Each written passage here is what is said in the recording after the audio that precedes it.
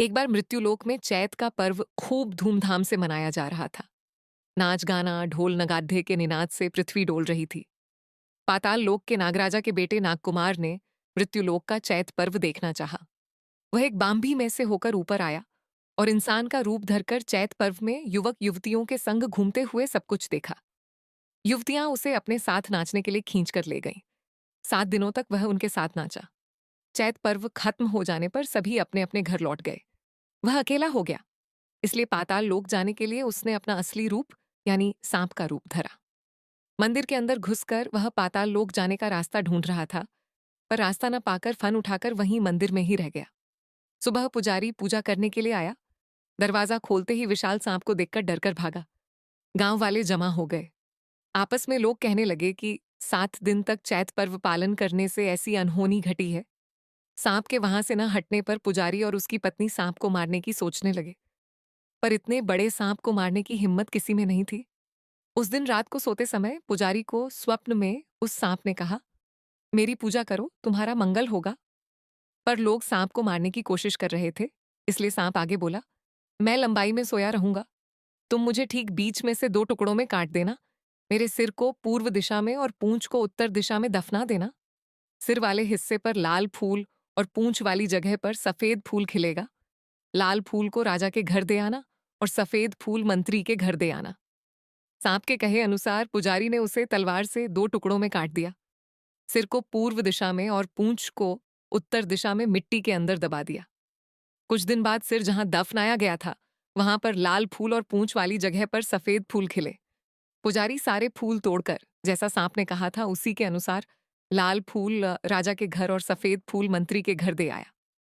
पहले कहीं भी मृत्युलोक में इतना सुंदर फूल नहीं खिला था। इसलिए राजा रानी, मंत्री और मंत्री की पत्नी ऐसा फूल पाकर बहुत खुश हुए। रानी और मंत्री की पत्नी ने बहुत आदर के साथ फूल को बालों में सजाया। उन दोनों को कोई बच्चा नहीं हो रहा था। वह फूल बालों में लगाने के बाद दोनों ही गर्भवती हो गईं। रानी के गर्भवती होने की बात जानने पर राजा ने खुशी से उत्सव का आयोजन किया। समय बीतने पर रानी के प्रसव का दिन पास आ गया। राजा ने अंतपुर की दासियों नौकरानियों को आदेश दिया कि अगर रानी को लड़का हुआ तो सोने की घंटी बजाना और लड़की हुई तो चांदी की घंटी बजाना। रानी को लड़का हुआ। राजा के आदेशानुसार सोने की घंटी बजाई गई। उसी समय मंत्री के घर एक बेटी हुई। दोनों संतान एक ही समय में पैदा हुई थी, इसलिए राजा के बेटे का नाम रखा गया नागकुमार और मंत्री की बेटी का नाम रखा गया फूलमती। दोनों धीरे धीरे बड़े होने लगे। दोनों ने साथ साथ पढ़ना शुरू किया। दोनों के बीच मित्रता बढ़ने लगी। दोनों एक दूसरे को बिना मिले रह नहीं पाते थे। दोनों की पढ़ाई खत्म हुई। दोनों ने यौवन में कदम रखा। फूलमती बहुत सुंदर थी। उसके रूप से आकर्षित होकर नागकुमार उससे विवाह करने के लिए अड़ गया। दोनों के भाई बहन जैसे होने के नाते उनके माता पिता इस विवाह के लिए राजी नहीं हुए।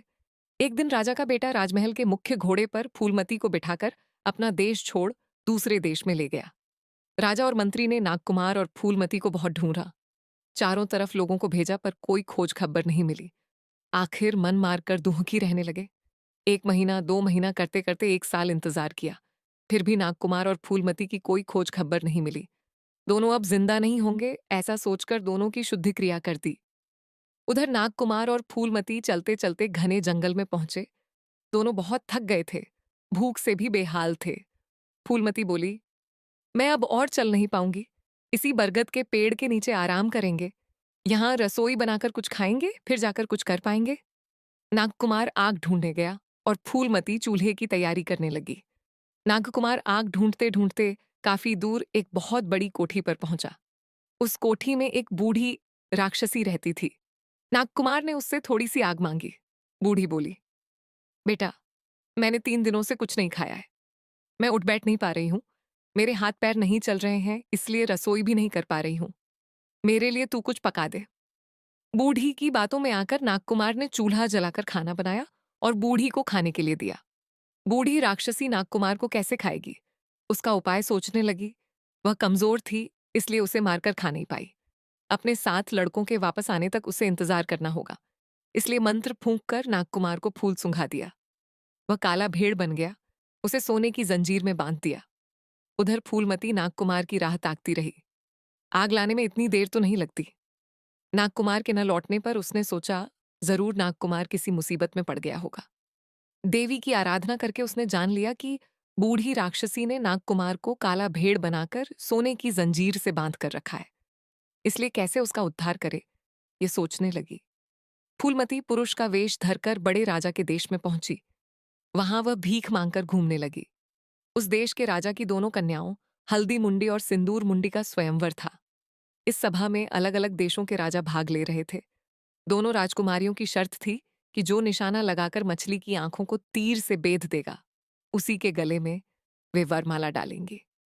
पर वहां उपस्थित कोई भी राजा सही निशाना नहीं लगा पाया। राजा दुखी मन से बैठे थे।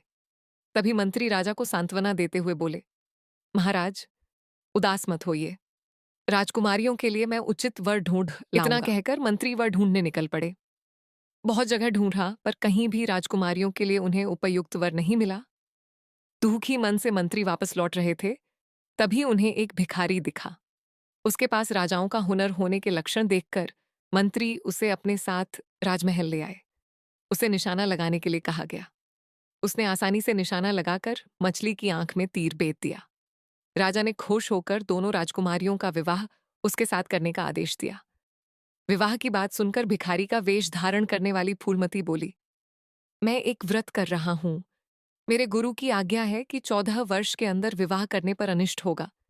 इसीलिए जिस तीर से उसने मछली को निशाना लगाया था, उसी तीर के साथ दोनों को विवाह करना होगा। उसके कहे अनुसार दोनों राजकुमारियों का ब्याह उस तीर के साथ कर दिया गया। 14 साल बीत जाने पर दोनों राजकुमारियों के विवाह का आयोजन किया गया। भिखारी रूप धरे फूलमती की एक ही चिंता थी कि किस तरह से वह नागकुमार को बूढ़ी राक्षसी के कब्जे से मुक्त करे। इसलिए उसने एक और योजना बनाई और राजा से कहा, उसका व्रत तो खत्म हो गया है, पर बाली यात्रा, उड़ीसा का एक प्रसिद्ध मेला, करने पर ही उसकी मनोकामना पूर्ण होगी। तब राजा ने बाली यात्रा की सारी तैयारी करने के लिए आदेश दिया। बाली यात्रा में एक काले भेड़ की बलि देने की प्रथा है, इसलिए फूलमती ने काला भेड़ लाने की जिम्मेदारी अपने ऊपर ले ली। वह सैन्य सामंत लेकर बूढ़ी राक्षसी के पास गई और राजा के आदेश की बात उससे कही। बूढ़ी राक्षसी ने 15-20 काली भेड़ लाकर फूलमती को दिखाई। फूलमती को पता था नागकुमार काला भेड़ बनकर सोने की जंजीर में बंधा हुआ है, इसलिए वह राक्षसी को धमकाते हुए बोली, जिस भेड़ को सोने की जंजीर से बांधकर रखा है, उसे लेकर आ, नहीं तो तुझे और तेरे 7 बेटों को फांसी दे दी जाएगी। राक्षसी डरकर सोने की जंजीर में बंधे काले भेड़ को ले आई। अब फूलमती बूढ़ी राक्षसी से बोली, इस भेड़ को असली रूप में ले आ, नहीं तो तुम सब जिंदा नहीं रहोगे, यह राजा का आदेश है। बूढ़ी राक्षसी क्या करती, डरकर फिर से फूल सुंघाकर उसे इंसान बना दिया। नागकुमार अपना पहला रूप वापस पा गया। फूलमती खुशी मन से नागकुमार के साथ लौट आई। फूलमती ने पुरुष का रूप त्याग कर अपना पूर्व का रूप धर लिया। फिर उसने सारी बात राजा को बताई। नागकुमार दोनों राजकुमारियों से शादी करने के लिए तैयार हो गया। राजा ने विवाह का सारा आयोजन किया। नागकुमार के साथ सिंदूर मुंडी और हल्दी मुंडी का विवाह संपन्न हुआ। नागकुमार ने फूलमती की विलक्षण बुद्धि की बहुत प्रशंसा की और तीनों रानियों के साथ सुखपूर्वक शासन करने लगा।